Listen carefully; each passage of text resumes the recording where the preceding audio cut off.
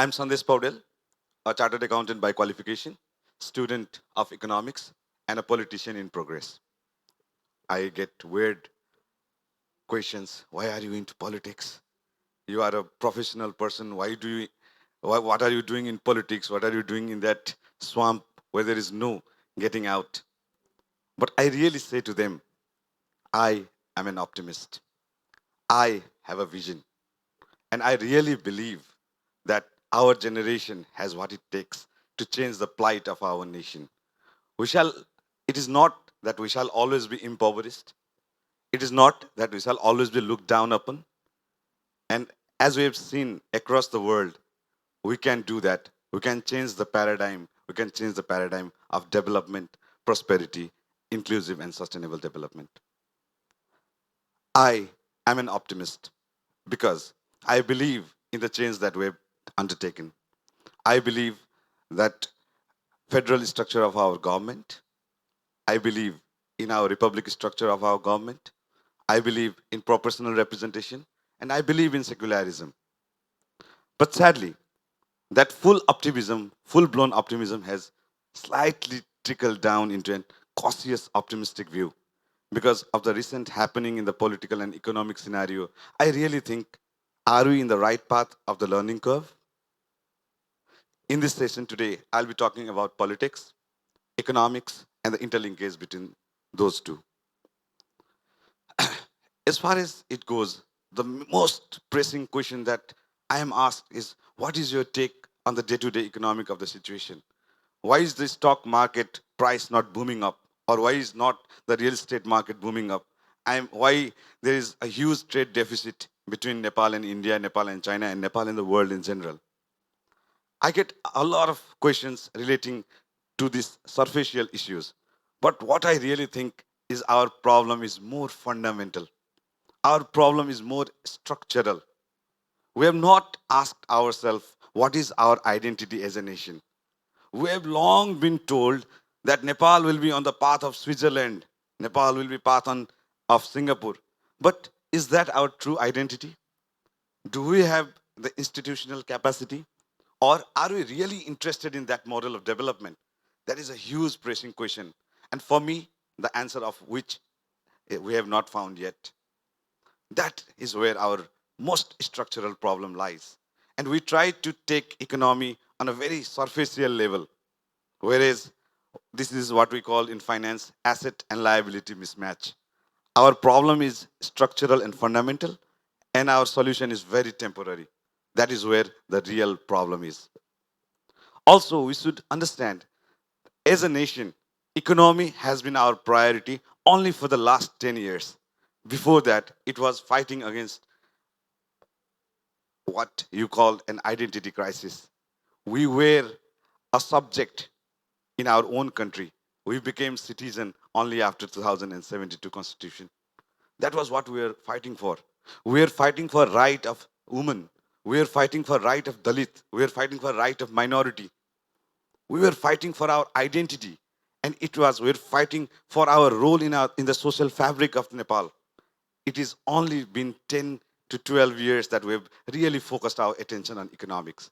And so I guess it's fairly injustice to compare that, okay, we have not done good in our economics or we have not done well in our economics is in crisis. That is like not understanding the real perspective or real uh, background of economics. That is the one fundamental problem. Also, the major problem in our economy is political stability. I'd like to ask you one question. Why are there more traders than industrialists in Nepal? Like in the US or in the West, we can see that companies have been there for 200, 220, 230 years. But why we do not have company with that legacy? This is because of political stability. Only if there is political stability, then the business will have the incentive to invest capital with capital expenditure, invest their idea, learn from their own mistake. But due to the lack of political stability, and I don't know who, God forbid, what policy will come with the next government changes. That is why the traders overpower the industrialists. That is why our economy has not been growing at the fundamental level. That is why we find it beneficial to import and trade good rather than produce that good here in Nepal. That is one major problem. The second major problem is the lack of institution. You see, the institution that we have built in Nepal is really not up to the mark of our standard, not up to the mark of our expectation. As an institution, we have many failed examples. Like that, in the real life, we can see the institution, even the big institution like the Tribhuvan University or other educational institution, even our constitutional bodies, they have not been able to deliver. Why? Because the institution which should have been the pillar of our development has not been curated. They have not been well built. They have not gained the attention of the public. They have not gained the trust of either the politician or the public. And what this does is this lack of institution creates a dependency on the politician. For example, why do people, general people, have to go to politician to file a case or to get their work done, to get themselves or their children promoted? If our institution were strong, that nexus between politician and the institution would have narrowed down. Currently, you see, even the people of our generation, I'd like to share a very strong example. I was at the Ministry of Finance once, and there was a guy waiting for me for like 2.5 hours. And the finance minister, he came by. He didn't have even the time to have a talk or even say hello. But he posted a selfie while they were walking out. And later that night, I saw in his Facebook, Arthamantrisanga Gohan Chalfal. I was really fascinated. Like I was there.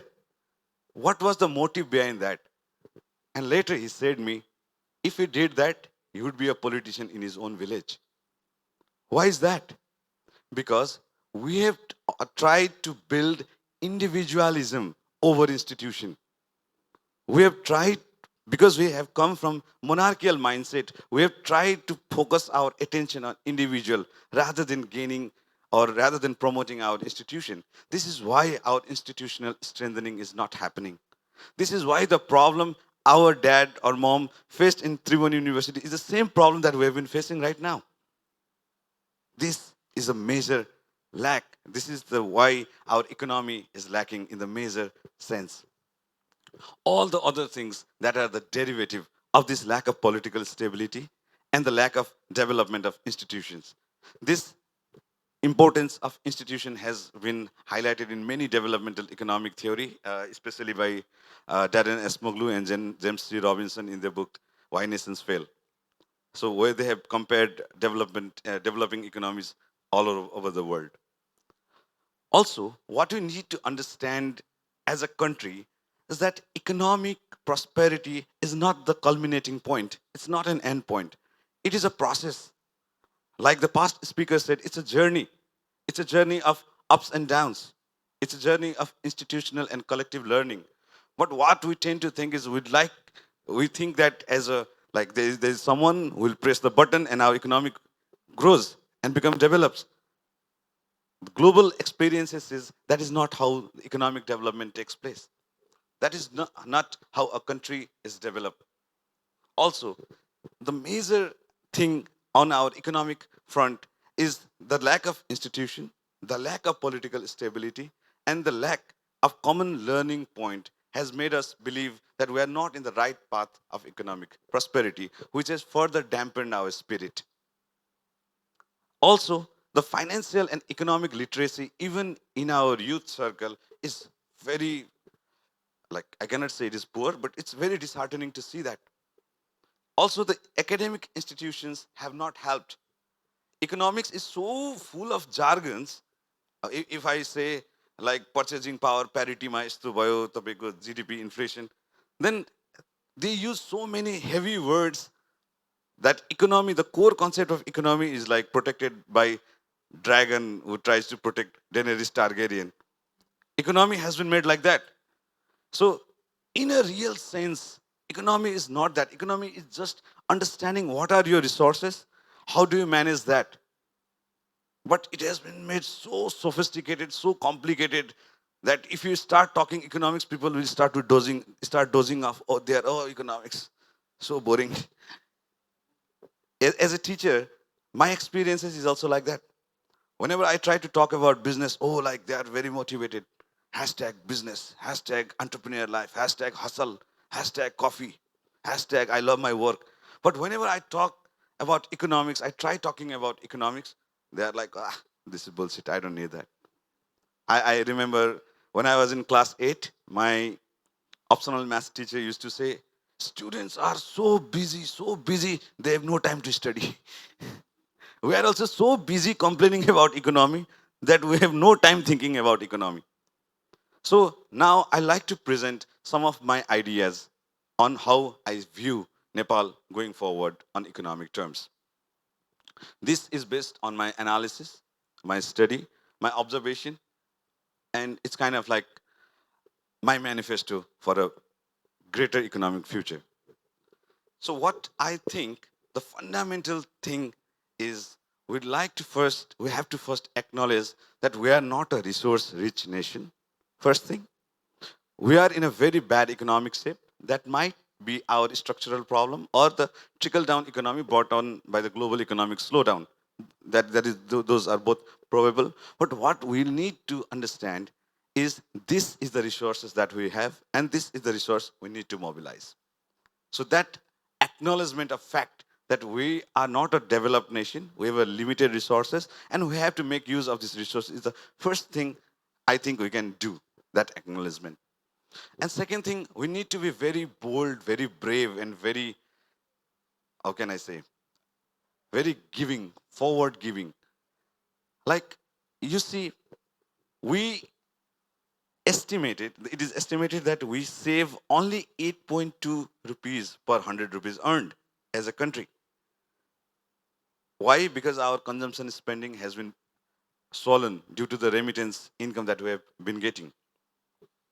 So the thing we need to do is we need to play our part. So here I propose inheritance tax. Right now, what our government is doing is our government is extractive nature. If you go to start a company, you see the amount of tax and the amount of process that you need to fulfill. It's very, very, very complex. It's very sophisticated. It's not everyone's cup of tea, either opening a company or closing a company. So government is essentially saying, I'll be taking a bigger share of your cake. Rather than the government, which should have been saying, come on, let's make the cake bigger so that we can both enjoy a greater share of it. So our government is extractive in nature. See the amount of rent we have been paying in Kathmandu and Bharatpur. That is our major problem, extractive nature of our economy.